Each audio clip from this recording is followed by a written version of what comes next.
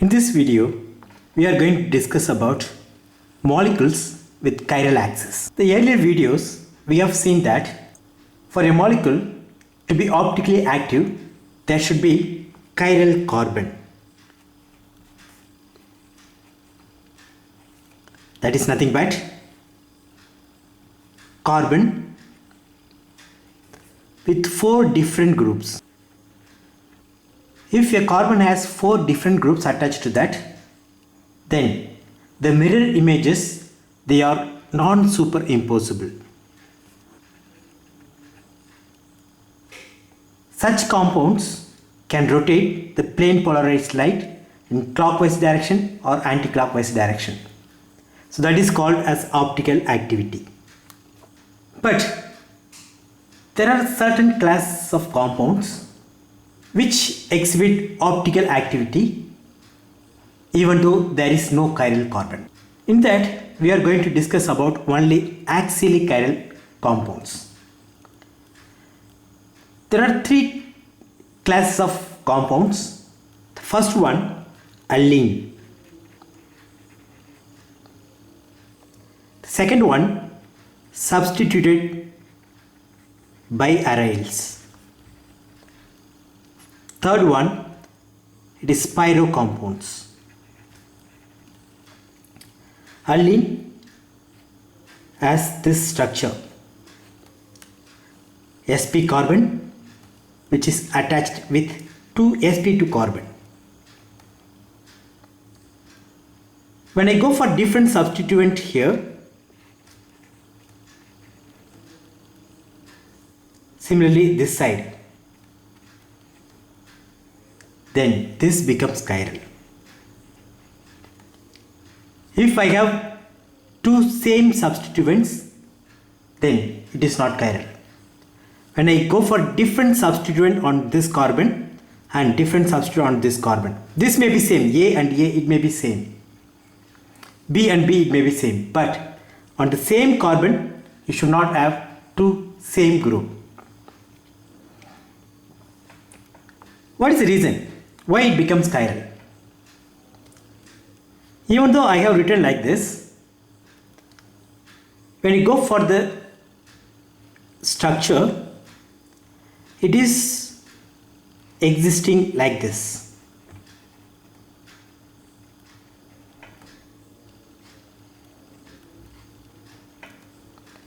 These 2 substituents, they are in the plane of the paper, but in this, one is above the plane of the paper, another one is below the plane of the paper. Because of that, the mirror image of this is non-superimposable on this molecule. So that's why it satisfies this and it exhibits optical activity. You may be familiar with this allene structure. Those who are not familiar, I have a model here. Look at this. This carbon, it is sp carbon, and these 2, they are sp2 carbon. Generally, students view like this. So it is a planar molecule. All the atoms, they are in the same plane. But it is not so. If I rotate one of this carbon by 90 degree, what I get is this structure. Allenes generally exist like this. That's why it exhibits optical activity. If it is planar molecule, then it will not show optical isomerism. Now, this molecule is said to have chiral axis, and the axis goes through this. This axis is known as chiral axis. The second one, it is substituted by aryls. So this compound is known as biphenyl. It can be prepared by coupling reaction like Suzuki, Negishi coupling, Stille coupling. There are so many coupling reactions. Even Ullmann coupling you can go for. This is not optically active. But when I substitute here with 2 different substituents, It should not be same. It should not be Cl on both side. And I go for hydrogen and CH3. So two different substituents here. When I go for substituted biaryl, this is optically active. The reason is, again, it is same. This ring, it is in the plane of the paper, but this one is just perpendicular to the plane of the paper.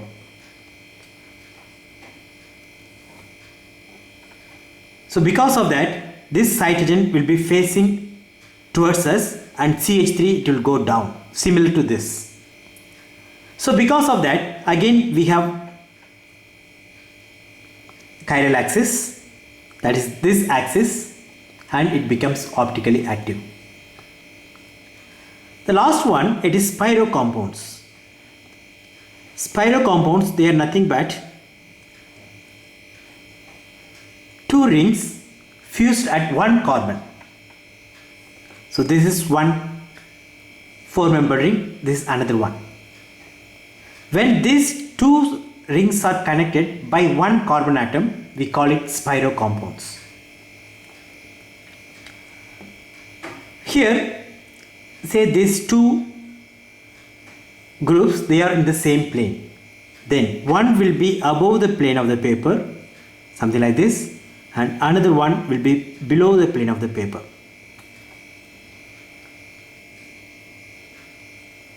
So now these two rings will be perpendicular to each other, similar to this biaryl. Now when I go for substituent here, that is on the third carbon from here, when I go for substituent on this carbon, since they are in the same plane, the two substituents, whatever I write here, it should be like this. If you consider this, already two groups are in the plane of the paper. Then another two should be one above the plane, another one should be below the plane of the paper. So that I have written like this. Now, what about this? Perpendicular to this plane. Perpendicular to this ring. So basically that will be in the plane of the paper. Since it is above and below the plane, that is perpendicular to the plane of the paper, the substituent on this carbon will be on the plane of the paper. Now you have to compare these two substituents, say A and B. You have to compare these two. You need not bother about this. Consider only the substituent on this carbon atoms. So here these two, they are in the plane of the paper, and these two, one is above and another one below. The similar case whatever we have observed in the Alling and biaryls. Here the chiral axis is this one. So these compounds have chiral axis and they are optically active. Now the question is how to assign R and S configuration for these compounds. For example, I go for Alling. It may be the simplest one. I have CH3 here and here it is H. These two will be in the plane of the paper. Say it is Bn and CH3. Bn, that is nothing but benzene. Now I mentioned it has chiral axis here. Now you have to view the molecule through that axis. So from here you have to view. These two substituents are in the plane of the paper, and this, it is above the plane, and H, it is below the plane. That means this hydrogen will be pointing towards you like this, and hydrogen it will be going down. Now you are viewing from here. When you travel from here to another carbon, that is the front carbon and this is rear carbon, first you come across Bn and CH3. The Bn will be at the bottom. CH3, it will be on the top. You have to give priority for these two groups. This is 1 and this is 2. Bn gets higher priority. This one is on the top, another one at the bottom. Then I go further from here. I go here like this. I come to the rear carbon. There are two groups. One is methyl, another one hydrogen. If I view from here, the methyl, since it is towards us like this, it will be towards my right hand side. Hydrogen will be towards my left hand side. So I write like this. CH3, it is towards my right hand side. Hydrogen, it is towards my left hand side. CH3 gets higher priority, that is 3, and hydrogen, it is 4. So generally you should not consider this 4. Now go for clockwise or anti-clock. So this is 1, 2, 3, clockwise direction. So this is known as OR configuration. Suppose if I view the molecule from here, I should get the same configuration because the molecule is same. I have not changed anything. Let us try that also. If I view the molecule from here, the CH3, which is pointing towards us, will be towards my left hand side. I am viewing from here. Because of that, CH3, that is this CH3, this will be front and this will be rear. So CH3 will be towards my left hand side, hydrogen will be here, towards my right hand side. I give priority for this 1 and 2. Generally, students write all the groups and then they assign priority. You should not do like that. For the front carbon substituents, you have to give 1 and 2. Then I travel further. When I go like this, on the top I will come across CH3 and the bottom it will be Bn. I give priority for this one, third and fourth. Now I try to connect 1 to 3. So fourth one you should not consider. 1, 2, 3. So it is OR. So this is how we assign ORS configuration for allynes, biaryls and spiromolecules. Consider this molecule. So it has chiral axis which pass through this. I view the molecule from here. I view the molecule through this axis. On the top I have CH3, bottom Bn. So I write top CH3, bottom Bn. When I proceed further, this CH3, it is facing towards me. So if I view from here, that will be towards my right hand side. That will be towards my left hand side. So I write that and I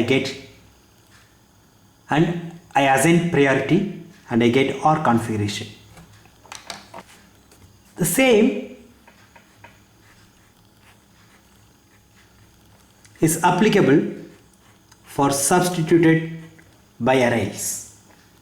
I go for some substituent like this.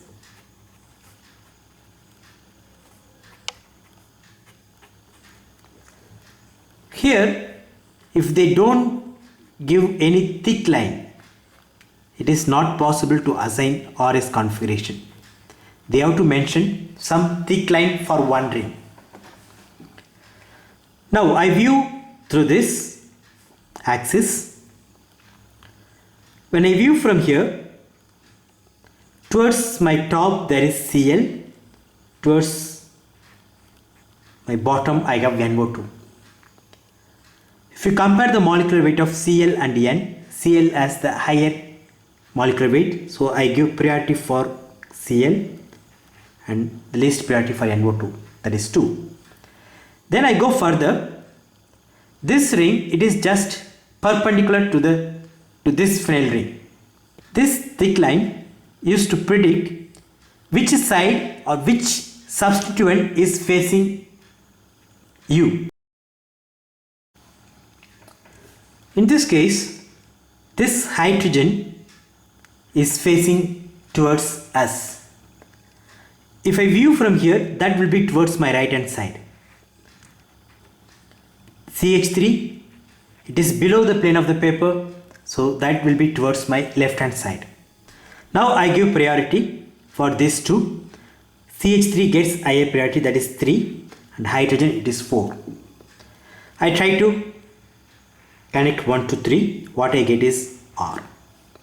The same thing you can try from here also. If you view from here, since it is perpendicular to this ring, hydrogen will be towards my left, CH3 will be towards my right. I give priority like this, 1 and 2.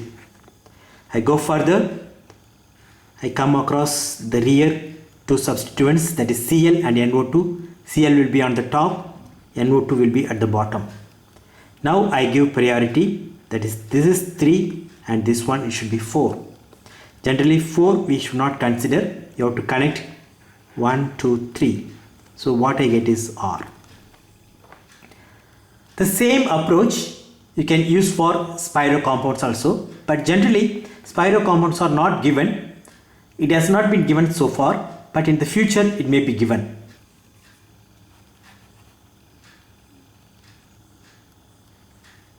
Let us consider some spiro compounds like this.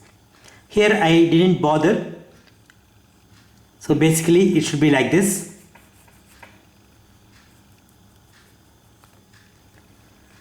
But whatever we have to look is this 4 substituent.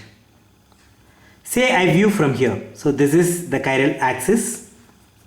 I view the molecule from here. These two, they are in the plane of the paper. One will be on the top, another one will be at the bottom. Priority goes like this. Then I proceed further. CH3 will be towards my right and hydrogen will be towards my left. I give higher priority for this, that is 3, and fourth one for this. I try to connect 1 to 3, so it is anti-clockwise direction, it is S. If I view from here, CH3 will be towards my left and hydrogen will be towards my right. The priority goes like this, 1 and 2. Then I proceed further. Cl will be on the top, that is 3, and ethyl will be at the bottom, this will be 4. We should not consider 4. I try to connect 1 to 3, it is yes. So I get the same. You need to practice several problems based on this. The most common application of this compound is in catalysis.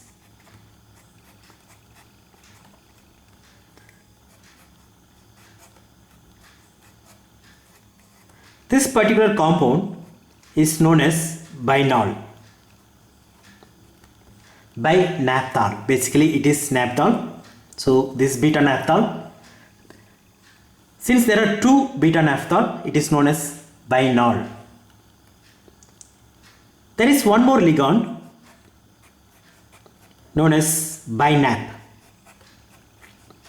The only difference between these two is here it is OH, but here it is PPH2. Basically it is triphenylphosphine based ligand. Instead of one phenyl ring, we have this. Here, to represent the compound, to predict the RS configuration, what they do is they make this ring thick. That means this particular ring is perpendicular to the plane of the paper. So this part is perpendicular to the plane of the paper. Similarly, this is perpendicular to the plane of the paper. Now the chiral axis is here. You have to consider this as biaryl, and this is one substituent, another substituent it is C.